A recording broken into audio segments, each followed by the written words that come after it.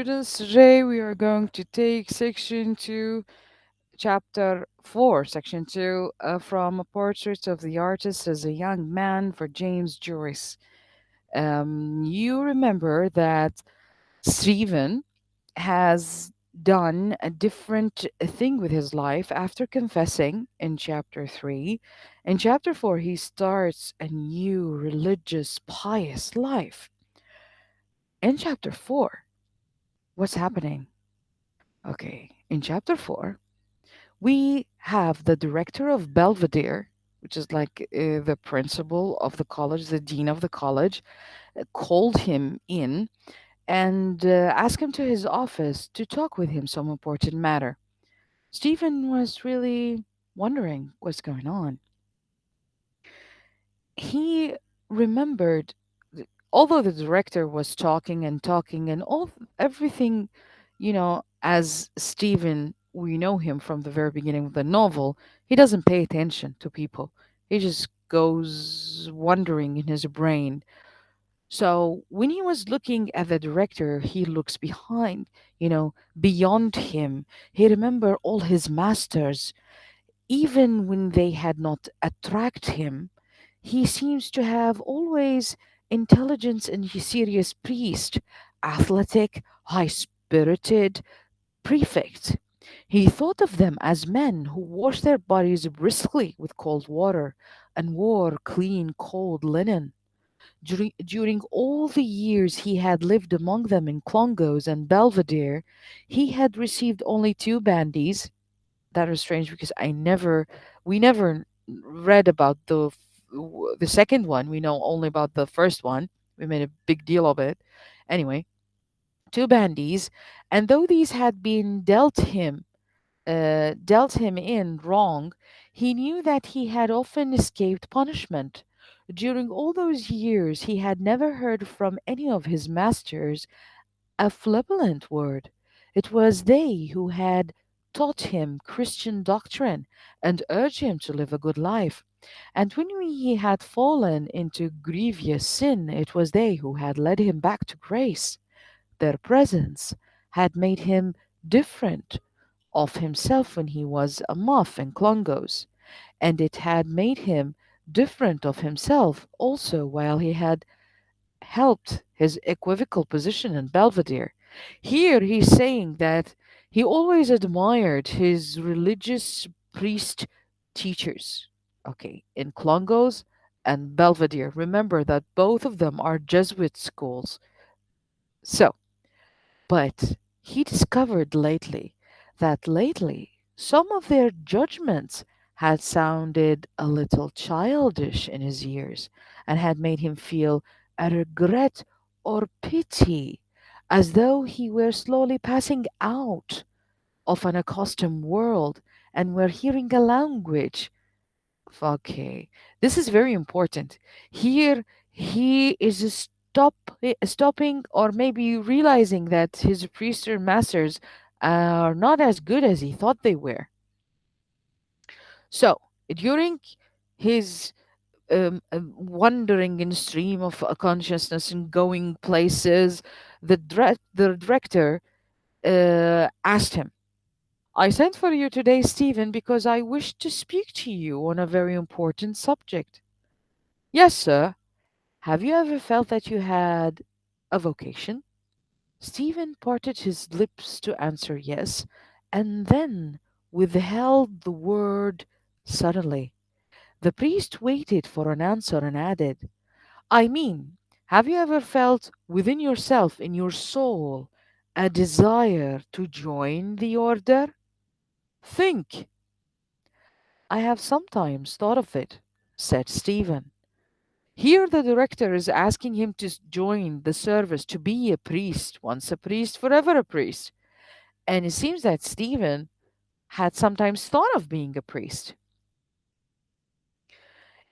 Here, he feels very proud when the director is asking him to join the order, because every year they choose only one or two students to be a priest.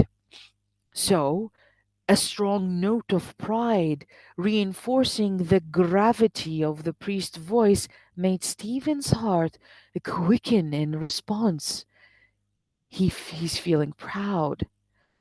So, the director now is beating on a very sensitive topic, a very sensitive desire for Stephen. He told him that to be a priest, you'll be given power to receive that call, the call of being a priest.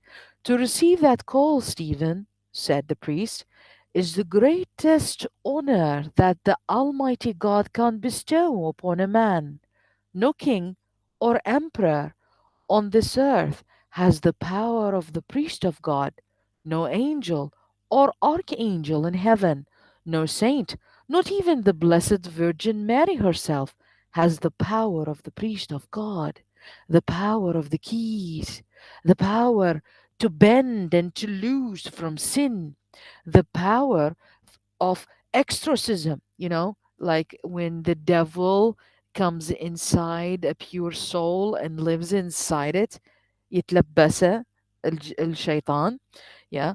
The priests have the power to remove away the devil, the power to cast out from the creatures of God the devil spirits that have power over them, the power, the authority to make the great God of heaven come down upon the altar and take the form of bread and wine. What an awful power, Stephen. Here, this power was like temptation to Stephen.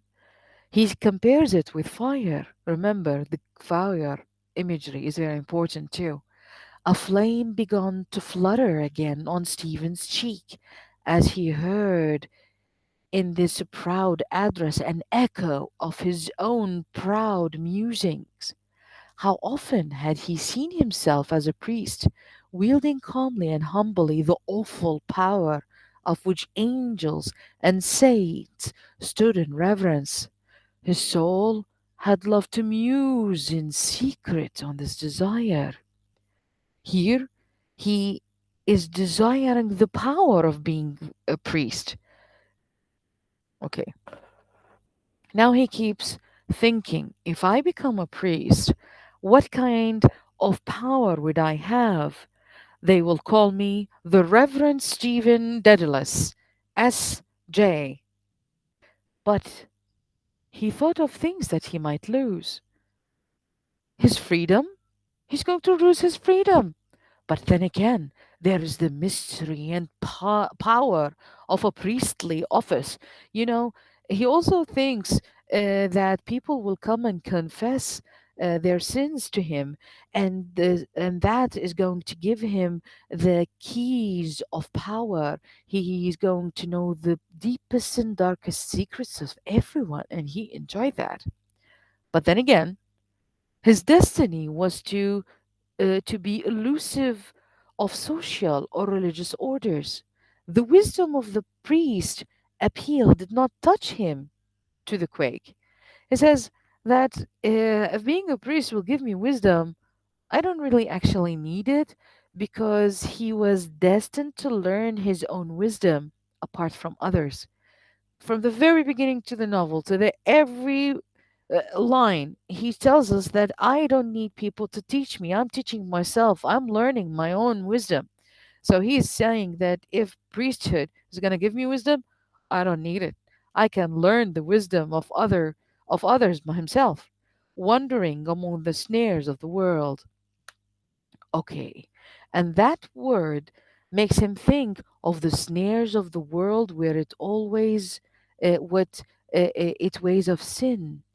He's scared. You remember the flood of temptation in section 1? He's always afraid of falling. He would fall. He had not yet fallen, but he would fall silently in an instant. Not to fall was too hard, and he felt the silent lapse of his soul, as it would be at some instant to come, falling, falling, but not yet fallen. still unfallen, but about to fall. Very beautiful, really. So he went home to his parents' house. He saw his siblings. You know, he had 11 brothers and sisters. His father and mother were not at home. So he asked them, where are his parents? One of them said, Gunaboro, Tunaboro, Lukaboro, Ataboro, Aboro, Hausoboro. Okay, for me, this is was like Greek. What is he saying? Then I just, one of the teachers helped me through this line and told me just remove the borrow from every single word, and you'll just understand that they have gone what? Gone to look at a house. Beautiful. Really. James Joyce is really hilarious. It's like it's showing you that why are they looking for a house? Why are we on the move again? If it's a fair question, he's asking his brothers and he knows the answer. They said, because of Boro, the land of Boro, because the landlord will put us out. They're going to be kicked out of the house again because of his father, his financial problems. And here, it just clicked in his mind. He waited for some moment, listening, and as if all the childhood just came to him, and he's seeing his brothers and sisters singing out of grief, of pain, of hunger, of moving from one place to another. Even before they started their beautiful lives, they are weary already of the way. They are tired of life and they are just still children. He heard the chords of the voices, it was chorus. They're all singing out of deprivation. That moment was a defining moment for him, seeing all of his brothers and sisters singing because of the misery of hunger and life and moving from one place to another. And this is how this this section ends. And we're going to see in section 3 what is his decision and to join or not to join. Thank you for listening.